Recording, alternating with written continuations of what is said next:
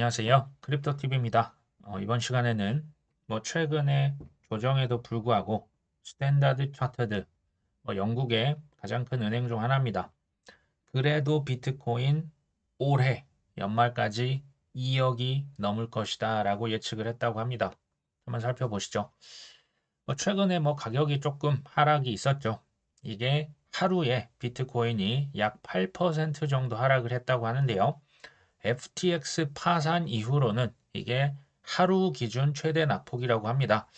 자, 그러면서 비트코인 현물 ETF에서 계속 돈이 이틀 연속으로 빠져나갔다. 이게 바로 비트코인의 가격 하락을 부추겼다라고 얘기합니다. 근데 생각해 보시면요. 작년 하반기부터 지금까지 거의 쉼 없이 달려왔던 거 아닙니까? 조정다운 조정이라고 할 게 제가 볼 땐 거의 없었거든요. 이런 대형 기관들, 사실 ETF, 비트코인 좋잖아요. 좋은 거 맞습니다. 초우량 자산 맞지만 이들도 쉬어갈 시간은 필요하지 않을까요? 자, 센티멘트라고 하는 분석 플랫폼, 일부 알트코인은 매수하기 좋은 구간 왔다. 저는 이 말에 공감을 합니다.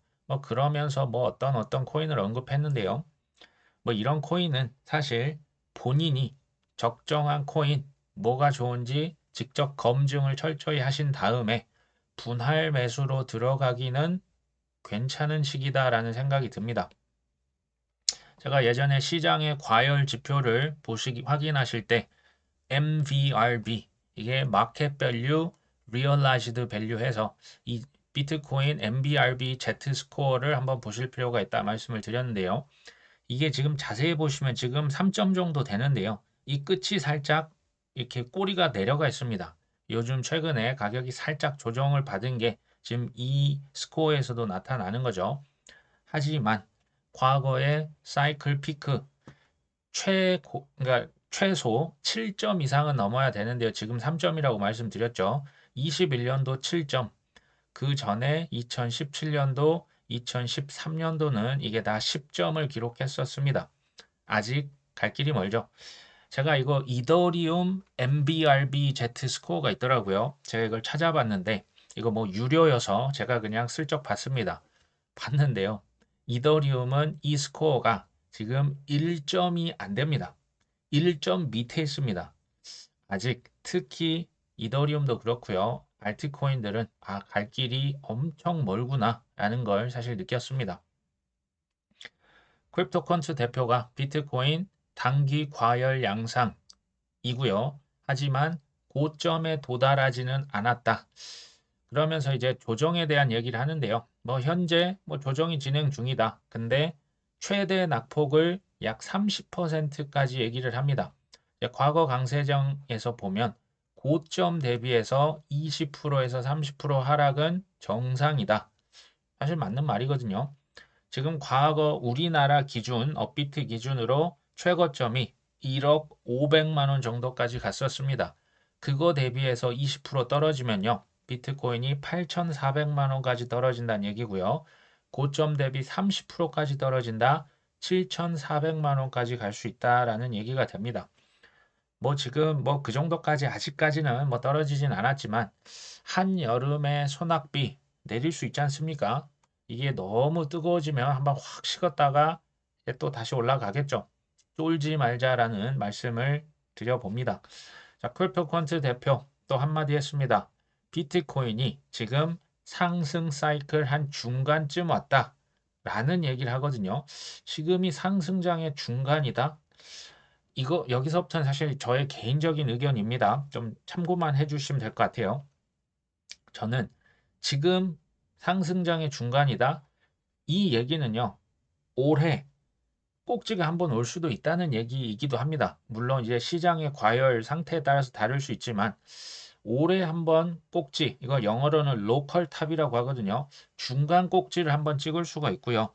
25년도 미국의 대선이다, 금리 인하다, 이제 어느 순간 돈 찍고요. 그 이후에 돈 찍은 효과가 서서히 나올 겁니다. 유동성이 밀려오거든요.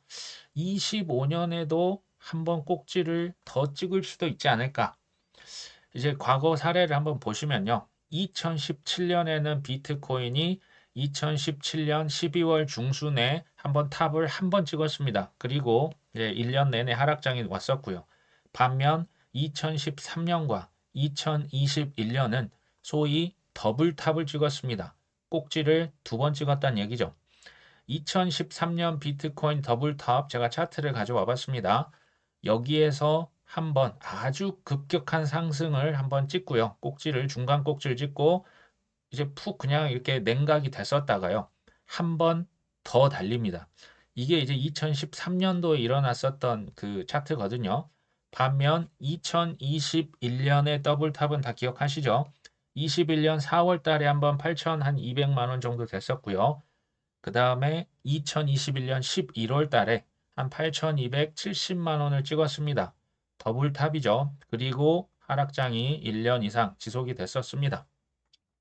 뭐 원톱이다, 더블톱이다, 트리플톱 이걸 뭐 제가 알겠습니까? 미래는 전혀 모릅니다. 근데 현재 뭐 저로서는 더블탑, 그러니까 꼭지를 한 번 찍고 한 번 페이크 주고 또 한 번 찍을 수 있는 가능성도 염두에 두고는 있습니다. 자, 폴리곤 랩스가요. 스타벅스 파트너십 체결. 여기 지금 NFT 로열티 프로그램이 있었거든요. 이제 커피 뭐 몇 잔 사면 그 이제 뭐 쿠폰을 주는데 그거를 그 폴리곤 블록체인 사용해서 이제 쿠폰을 제공을 했나 봅니다. 근데 이건 저도 몰랐습니다. 스타벅스에게 400만 달러를 지불했답니다. 우리 돈 한 50억 이상 거의 60억 가까이 돈을 주고 우리 블록체인 써주세요. 보통 사실 서비스를 제공하면 돈을 받지 않습니까? 근데 폴리곤에서는 스타벅스에 돈을 내고 파트너십을 맺었다. 사실 이게 그 아직도요. 그 이더리움, 뭐 레이어 2, 블록체인, 레이어 1 이런 것들이 대량 채택이 됐다는 얘기입니까? 아직 안 됐다라는 얘기죠. 자, 이런 뉴스를 보시고 실망하실 수도 있겠지만 이렇게 생각하실 수도 있어요. 지금 아직 대량 채택이 아직 안 됐네. 아직도 NFT에 블록체인 제대로 안 쓰이고 있네. 그러면 지금 조금 저렴한 거 아니야? 괜찮은 지금 뭐 NFT 메타버스 미래를 확신한다면 지금 나쁘지 않은데 하고 검증하신 후에 사두시는 것도 방법인 것 같습니다. 상황은 똑같아도 이렇게 사고를 다르게 하실 수 있다는 차원에서 한번 그냥 말씀을 드립니다. 이뮤터블 X, 뭐 게임 쪽의 대표적인 레이어 2죠. 이뮤터블 X가 뭐 어떤 그 캐피털 회사와 폴리곤 랩스와 함께 게임 펀드를 조성합니다. 뭐 규모는 한 1,300억 원 정도 되는데요. 게임 펀드 치고는 규모가 작은 규모는 아닙니다. 자, 1년 전에 이렇게 이뮤터블 X와 폴리곤 랩스가 파트너십도 체결했었죠. 제가 보니까요, 그 게임 쪽에서는 이미 블루칩으로 딱 두 개가 꼽힙니다. 첫 번째는 말씀드렸던 이뮤터블 X고요. 두 번째는 빔이라고 하는 코인입니다. 이게요, 게임 코인 쪽에 블루칩 맞습니다. 근데 문제가 있죠. 블루칩이라는 얘기는 우량 코인이란 얘기인데요. 그걸 반대말로 해볼까요? 이미 고평가되어 있다는 얘기이기도 합니다. 그렇기 때문에 자, 이들 그 블루칩을 뭐 담는 것은 아무래도 이제 하락 그 예전 가격 생각하면 사실은 못 살 것 같긴 합니다. 어찌됐건 뭐 그걸 말씀을 드리고요. 그냥 일반적인 블록체인 중에서도 게임 쪽으로 많이 쓰이는 플랫폼이 아발란체와 폴리곤입니다. 이 두 가지는 그러니까 이것들이 게임에서 많이 쓰이고 있다는 것은 뭐 발전 가능성은 있지만 언제 살 것이냐가 더 중요하겠죠. 그것은 이제 개인께서 알아서 잘 판단을 해 주셔야 될 것 같습니다. 그레이스케일이 이더리움 ETF 스테이킹 기능을 추가했습니다. 이제 서류를 제출했다고 합니다. 이더리움 신탁 상품 보유자에게 이거 이자 주겠다라는 내용을 추가했죠. 이건 이제 제 동생도 분명히 이제 말씀을 아마 드렸을 텐데요. 중요하기 때문에 계속 말씀을 드립니다. 왜 이더리움이 중요할까요? 이더리움이 알트의 대장이고요. 알트가 전체적으로 시즌이 큰 폭풍이 불어오려면 이더리움이 ETF가 승인되냐 마냐가 굉장히 중요한 관건이 됩니다. 그래서 계속 강조를 드리고 있다. 자, 피델리티에 이어서 그레이스케일도 이더리움 스테이킹 이거 이자 제공하겠다라고 제출했다고 합니다. 그런데 사실 이거 뭐 좋은 뉴스라고 해석을 할 수도 있는데요. 블룸버그의 제임스 세이파트가 뭐라고 하냐? 이번에 5월 달에 이더리움 현물 ETF 이거 안 될 것 같다. 이게요, 처음에는 한 70% 했다가요, 그 다음에 35%라고 했다가요, 이번에는 5월 달에 승인 어려울 것 같다라고 확 이제 그 퍼센티지를 낮춰버린 겁니다. 자, 이유가 뭐냐? 뭐 예전 말씀드렸던 그겁니다. 비트코인은 1월에 승인되기 전에 규제기관과 발행사 간에 광범위하고 세부적인 논의가 굉장히 많이 진행이 됐었거든요. 그걸 보고 확신을 했었다고 했잖아요. 근데 이더리움은 코멘트 자체가 없다. 이거 좀 어려울 것 같은데 라는 얘기입니다. 자, 비트코인은 그렇게 사전 미팅, 논의, 수정본 어쩌고 저쩌고 많았고요. 근데 이더리움은 지금 그렇지 않다. 자, 5월이 돼서 아마 이더리움 ETF 거절할 것이다. 이제 그 이 제임스 세이파트랑 그 발추나스라고 하는 사람은요. 사실 뭐 지금 유튜브를 하고 있는 저랑은 비교가 안 되는 ETF 전문가들입니다. 이 사람들은 ETF 시장 분석만 20년을 넘게 하고 있습니다. 저는 뭐 다른 사람들은 모르겠어요. 근데 이 블룸버그 애널리스트들은 조금 가중치를 두고 듣는 편이거든요. 아, 이거 좀 안 될 가능성이 있겠는데? 라는 생각이 듭니다. 뭐 제 동생도 이거 얘기한 것 같아요. 근데 혹시 스테이킹을 문제 삼아서 ETF 이거 거절할 수 있지 않을까요? 자, 비트코인은 스테이킹 있습니까? 없잖아요. 이더리움은 스테이킹이라고 하는 아주 그 간지러운 부분이 있습니다. 그럴 명분을 뭐 삼을 수도 있겠다.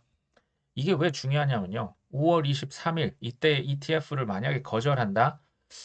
그 소위 이제 뜨거웠던 장에 그냥 한번 찬물 제대로 한번 끼얹을 가능성도 전 있다고 보입니다. 자, 이때가 되면 좀 일부, 특히 이제 4월에서 5월 달 큰 폭등이 나온다면 저는 일부를 수익 실현하는 것도 필요하지 않겠냐. 제가 왜 일부라고 말씀드릴까요? ETF가 되냐 마냐 우리가 그걸 예측할 수 있습니까? 없죠. 이게 뭐 ETF가 승인이 되면 뭐 사실 더 날아갈 수도 있겠지만 만에 하나 이게 거절이 되면 큰 폭락이 올 수도 있습니다. 그런 차원에서 지금 말씀을 드리는 거죠. 3월 20일자입니다. 블랙락에서 토큰화 사모펀드 출시 예정이다. 이거 아마 뉴스 보신 분들 계실 겁니다. 자산 토큰화라고 하는 유행을 처음부터 시작했던 장본인 누굽니까? 블랙락의 레리 핑크 회장입니다.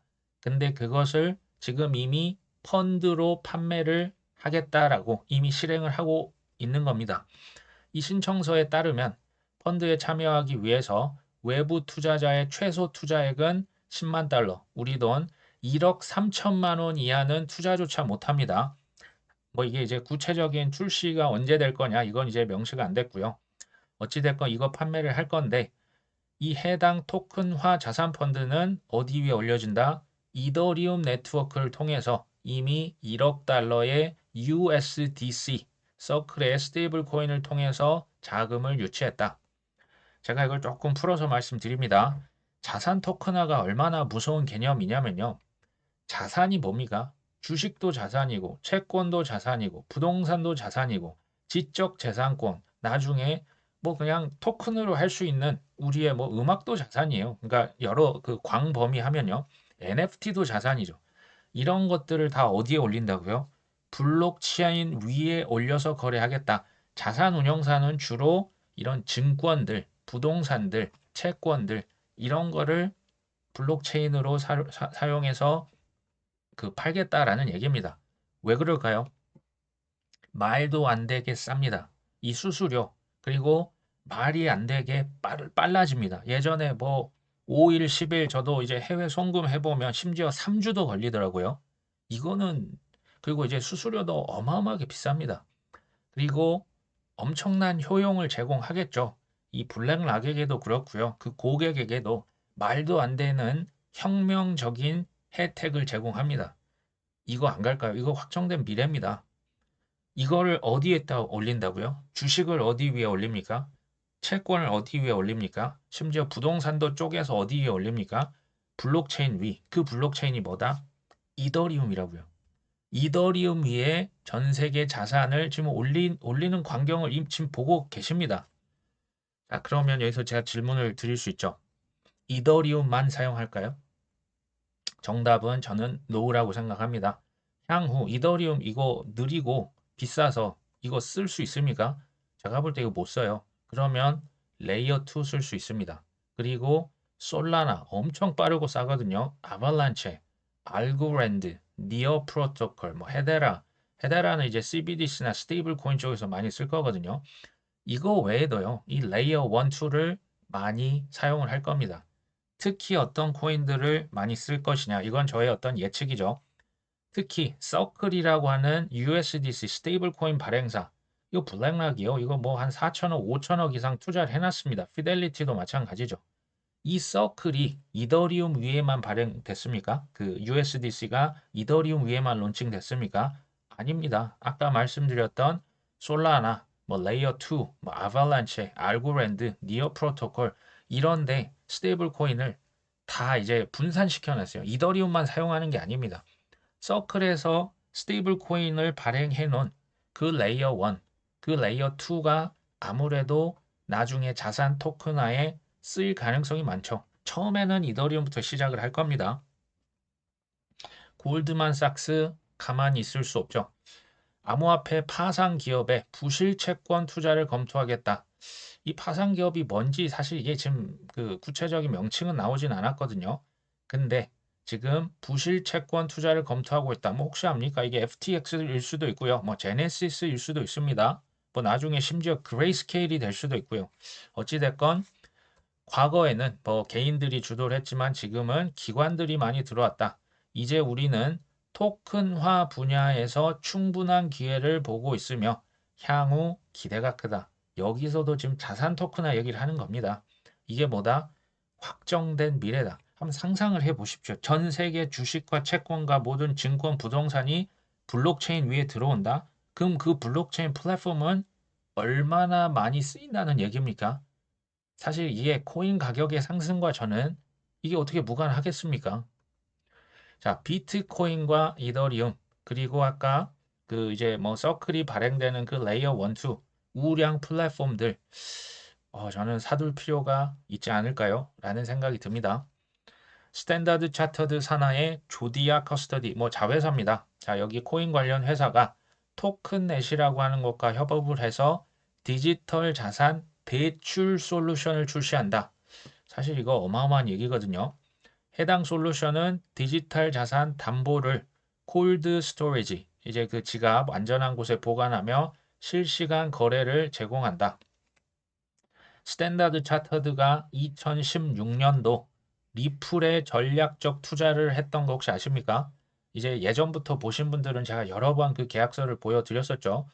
전 세계 그리고 이제 특히 작년에 조디아 커스터디를 통해서 전 세계 코인 매매, 수탁, 스테이킹 하는 라이센스를 거의 다 따놨습니다. 누가요? 스탠다드 차터드가. 얘네들이 지금 뭐 하나 봤더니요. 코인을 매매하는 거 당연합니다. 코인을 송금하는 거, 코인을 보관하는 거, 스테이킹해서 이자 주는 거 여기에 지금 폴카다 들어가 있습니다. 자산 토큰화. 자산 토큰화 안 하는 은행이 이제는 없어요. 증권사가 없습니다. 그리고 지금 뭐까지 한다? 담보대출을 하겠다라는 얘기입니다. 담보대출? 한번 생각해 보시면 은행의 주 수입원이 뭡니까? 예대 마진이라고 합니다. 예금과 대출 그 사이에 이자 마진을 가져가는 거죠. 사실 주력 부분이 이겁니다. 뭐 수수료 수입도 있겠지만요. 그러면 대출을 해줘야 되는데 뭘 믿고 빌려줍니까 돈을? 그래서 뭘 받겠다? 담보를 받겠다. 담보 받고 대출해주겠다. 그 담보로 뭐가 쓰일까요? 당연히 비트코인 쓰이겠죠. 그 다음에 뭐가 쓰일까요? 이더리움 쓰일 겁니다. 그 다음에 CBDC, 스테이블 코인, USDC, 테더 이런 것들 담보로 쓰일 겁니다. 사실 스탠다드 차터드는 예전부터요. 이거 다 알고 있었던 얘기예요. 비트코인 ETF 승인 그 너머를요. 이거 확신하지 않으면 어떻게 2016년도에 리플에 투자를 합니까? 이게 말이 안 돼요.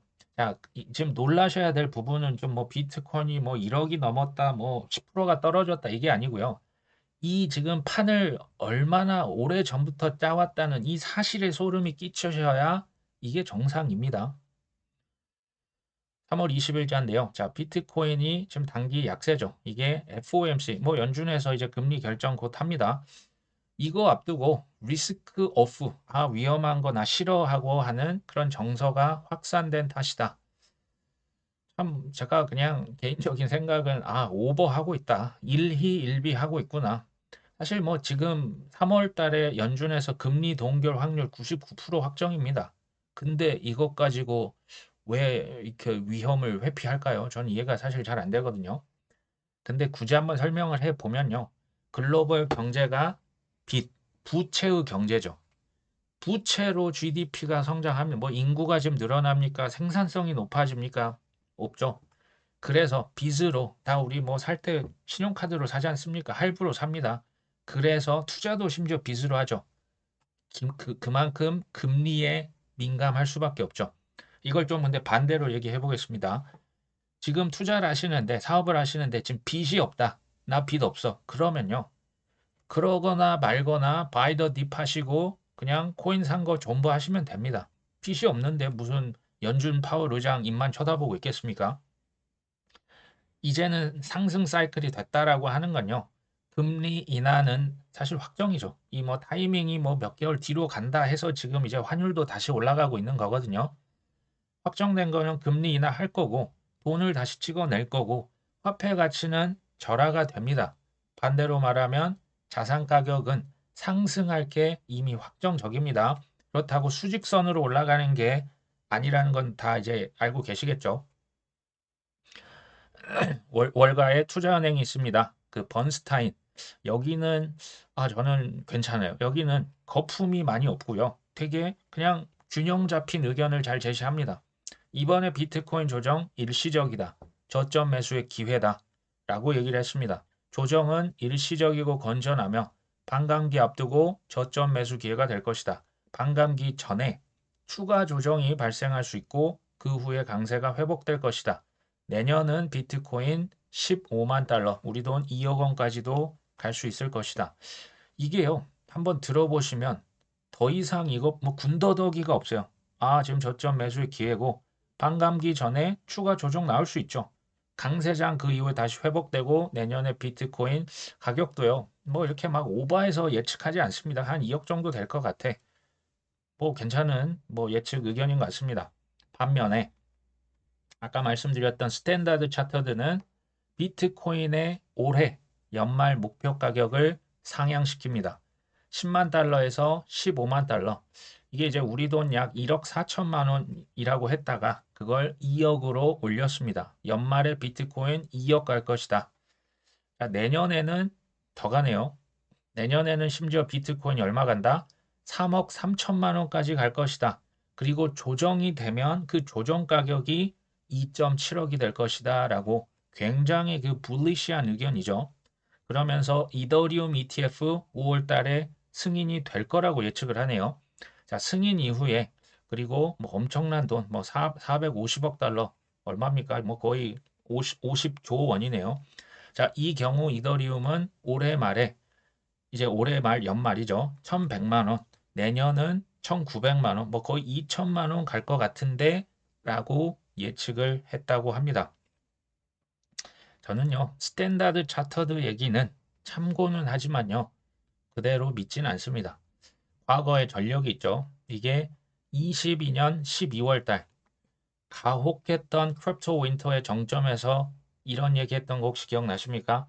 비트코인 70% 추가 폭락할 거야. 이미 6만 9천 달러에서 1만 7천 달러까지 75%가 떨어졌습니다. 근데 추가로 또 70%가 떨어진다? 비트코인 우리 돈으로 하면 600만 원 갈 거라고 예측한 겁니다. 결과가 어땠습니까? 600만 원은 안 갔죠. 이 예측을 했을 때가 사실 바닥이었습니다. 17,000달러. 뭐 우리 돈 2천만 원 초반대가 되겠죠. 그 이후에 시장이 잘 회복이 됐습니다. 이번에는 비트코인이 15만 달러까지 오래 갈 거고 내년에는 이제 뭐 3억이 넘어간다. 그냥 뭐 네네네 하시면 됩니다. 그렇군요.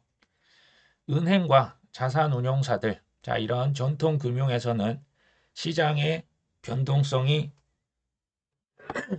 죄송합니다. 시장의 변동성이 크면 클수록 매매를 자주 하겠죠. 샀다 팔았다를 많이 할 겁니다. 그러면 당연히 수익이 올라가겠죠. 수수료가 올라갑니다. CNBC와 블룸버그에서 하는 맨날 전망이 있습니다. 연말에 S&P 500 지수 엄청 오를 거야. 얼마가 될 거야. 자꾸 오른다고 얘기를 합니다. 사실 비슷한 맥락이거든요. 가격이 떨어진다고 전망하면 누가 주식 사겠습니까? 그래서 이제 그 이해 관계자들의 얘기는 좀 그 말들을 걸러들을 필요가 있다는 말씀을 드리는 겁니다. 비트와이즈의 CIO, 여기 뭐 비트코인 현물 ETF 팔고 있죠. 월가가 이더리움 현물 ETF 수용 준비가 아직 덜 됐다. 시간이 필요하다. 5월보다 더 늦게 이더리움 ETF 출시가 되는 게 바람직할 수 있다. 이게 이제 무슨 얘기냐면요. 그 우리 같은 고인물들, 뭐 코인을 투자하는 사람들은 이더리움, 뭐 스마트 계약, 뭐 이런 플랫폼 레이어 1, 2 다 이해하죠. 일반인, 그냥 전통 금융 이 사람들은요, 비트코인을 이해하는데 무려 14년이 걸렸습니다. 이더리움을 이해할 수 있을까요? 이더리움이요, 이게 쉽지가 않아요. 사람들, 우리는 뭐 다 알지만, 사람들, 심지어 ETF가 뭔지 모르시는 분들도 많습니다. 그렇기 때문에 시간이 필요하고, 시간을 좀 더 줘야 된다. 그리고 이제 이더리움 ETF가 5월이 아니라 한 12월쯤에 출시가 되면 5월 때 출시하는 것보다 훨씬 더 많은 자금이 들어올 거야. 그럴 수도 있겠다라고 생각이 저는 듭니다. 이제 5월 23일에 이더리움 ETF가 사실 승인이 된다면요. 뭐 걱정할 게 사실 뭐 없어요. 그냥 큰 상승이 계속 연말까지도 이어질 수가 있는데요. 뭐 조정이 없다는 얘기는 아닙니다. 근데 만약에 5월 23일 혹은 그 전에 이더리움 ETF 거절이 된다면 여기에 제가 계속 말씀드리는 경기 침체, 뭐 거품 붕괴 이 가능성이 있거든요. 이런 것들이 맞아 떨어진다면 이 미래를 모르잖아요. 우리가 이게 미래를 모르기 때문에 4월이나 한 5월쯤 돼서 큰 폭등이 나오면 일부 우리가 가지고 있는 코인, 뭐 비트 이더를 팔기 그러면 어떤 그 알트 코인이 됐든 이거 이제 본인께서 생각을 하셔야겠죠. 일부는 팔 필요성이 있지도 않을까. 하지만 이게 이제 본인이 선택하는 영역입니다. 이런 것들을 막 저한테 여쭤보셔도 제가 답을 드릴 수 없습니다. 한번 생각을 해보시면 큰 하락을 혹시 모르니까요. 대비하는 차원에서 현금을 조금 확보할 필요가 있을지 아니다. 나는 25년 상승장까지 매도하지 않고 그냥 바이더 딥만 하면서 갈 것이다. 자, 이런 부분에 있어서 한번 좀 선택을 하실 필요가 있겠죠. 제가 이제 마지막으로 보여드릴 차트는 이겁니다. 연준의 그 밸런스 시트, 그 자산이죠. 돈 찍어낸 양과 S&P 500 지수, 미국의 대표적인 주식입니다. 주식을 이제 묶어놓은 지수인데 거의 일치하지 않습니까? 돈 찍어낸 만큼 주식이 엄청나게 뭐 비슷하게 거의 같은 방향으로 가고 있습니다. 연준만이 아니고요. 전 세계 주요 중앙은행들의 자산과 S&P 500 지수를 한번 겹쳐 봤습니다. 뭐 거의 이것도 비슷한 방향으로 움직이지 않습니까? 핵심은 뭡니까? 연준에서 중앙은행에서 돈을 찍어내면 시장은 상승한다. 근데 돈 찍어낸 것과 S&P 500이 주식의 그 미국의 대표적인 그 주식, 뭐 나름 우량주죠. 거의 뭐 비슷한 상승률을 보이고 있습니다. 제가 그래서 비트코인 그 레인보우 차트를 한번 가져와 봤는데요.